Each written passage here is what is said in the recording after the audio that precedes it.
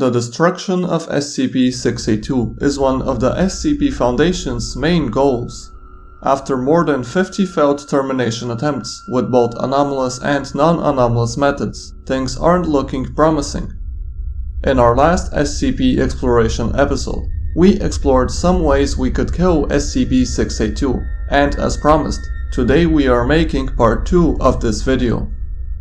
Before we begin, don't forget to subscribe to our channel with notifications on, so you don't miss any of our upcoming Exploring SCP videos, and we plan on exploring ways to destroy other SCPs as well, 096 for example.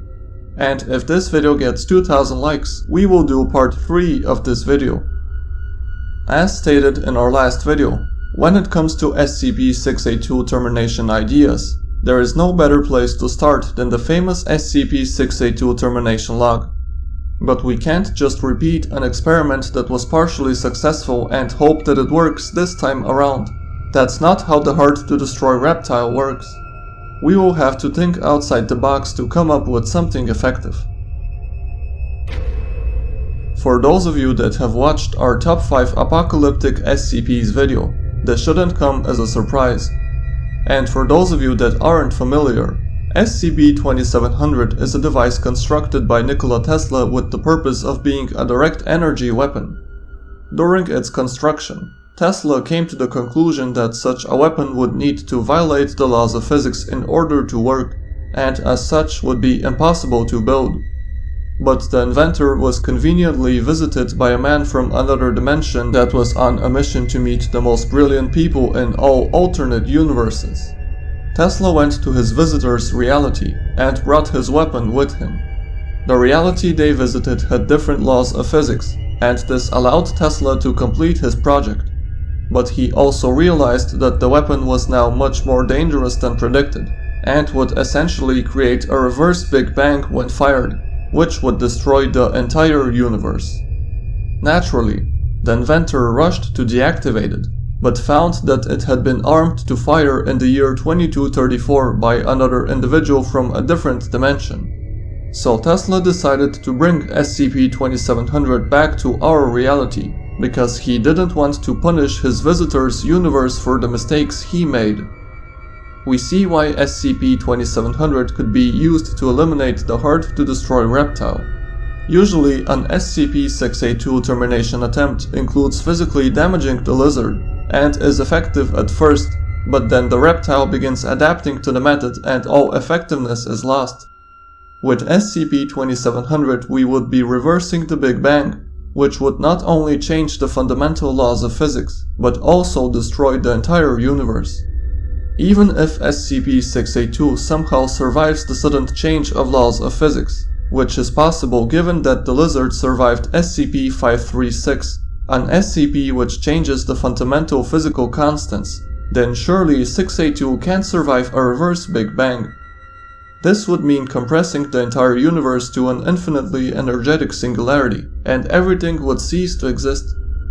The only question would be how we can use SCP-2700 to only kill SCP-682 and leave us and our universe intact.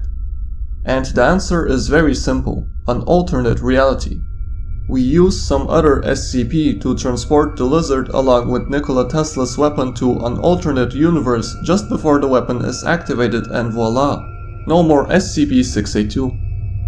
We would destroy another universe in doing so, and other civilizations would probably perish as a result, but we will have finally gotten rid of the hard-to-kill lizard. And if we haven't found a way to deactivate SCP-2700 by the year 2234, then either our universe will be destroyed, or someone else's. If we send Tesla's device in a different reality to save ourselves, then we might as well use this opportunity to destroy SCP-682 as well. The only question that remains is how we can safely transport the reptile to a different universe. Let's not forget that the lizard is very large and everything but compliant. But once again, if we turn to the SCP-682 termination log, we come across a very good idea.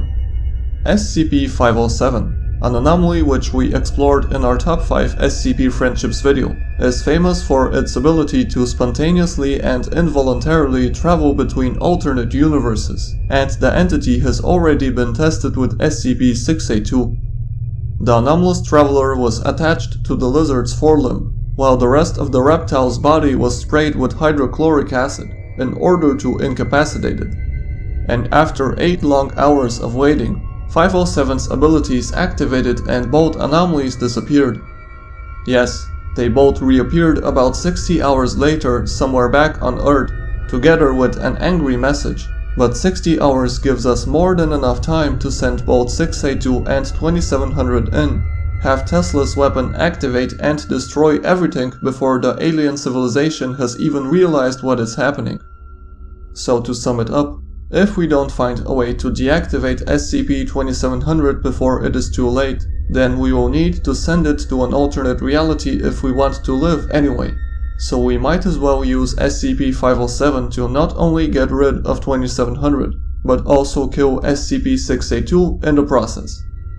We just need to hope that the aliens don't return both anomalies right before Tesla's weapon activates, because we all know what would happen then. Let's be honest, we all saw this one coming. We are all familiar with the SCP-173 revised entry, where it is detailed how the concrete statue multiplies and causes an XK-class event, during which 150 SCP-173s gang up and destroy 682. But this raises a very important question. If this already happened and we know that the statues killed the lizard, then how is there only one SCP-173 today, and how is 682 even alive? The answer is very simple: time travel. In the SCP Foundation, there is a small book consisting of 6 chapters dedicated to explaining time travel and the way it works. SCP-1780 displays the Foundation's Temporal Anomalies Department and what they've done. SCP-2308 shows how Prometheus Labs, a private company, used time travel to take advantage of newer technologies and make a profit, and there are many more examples.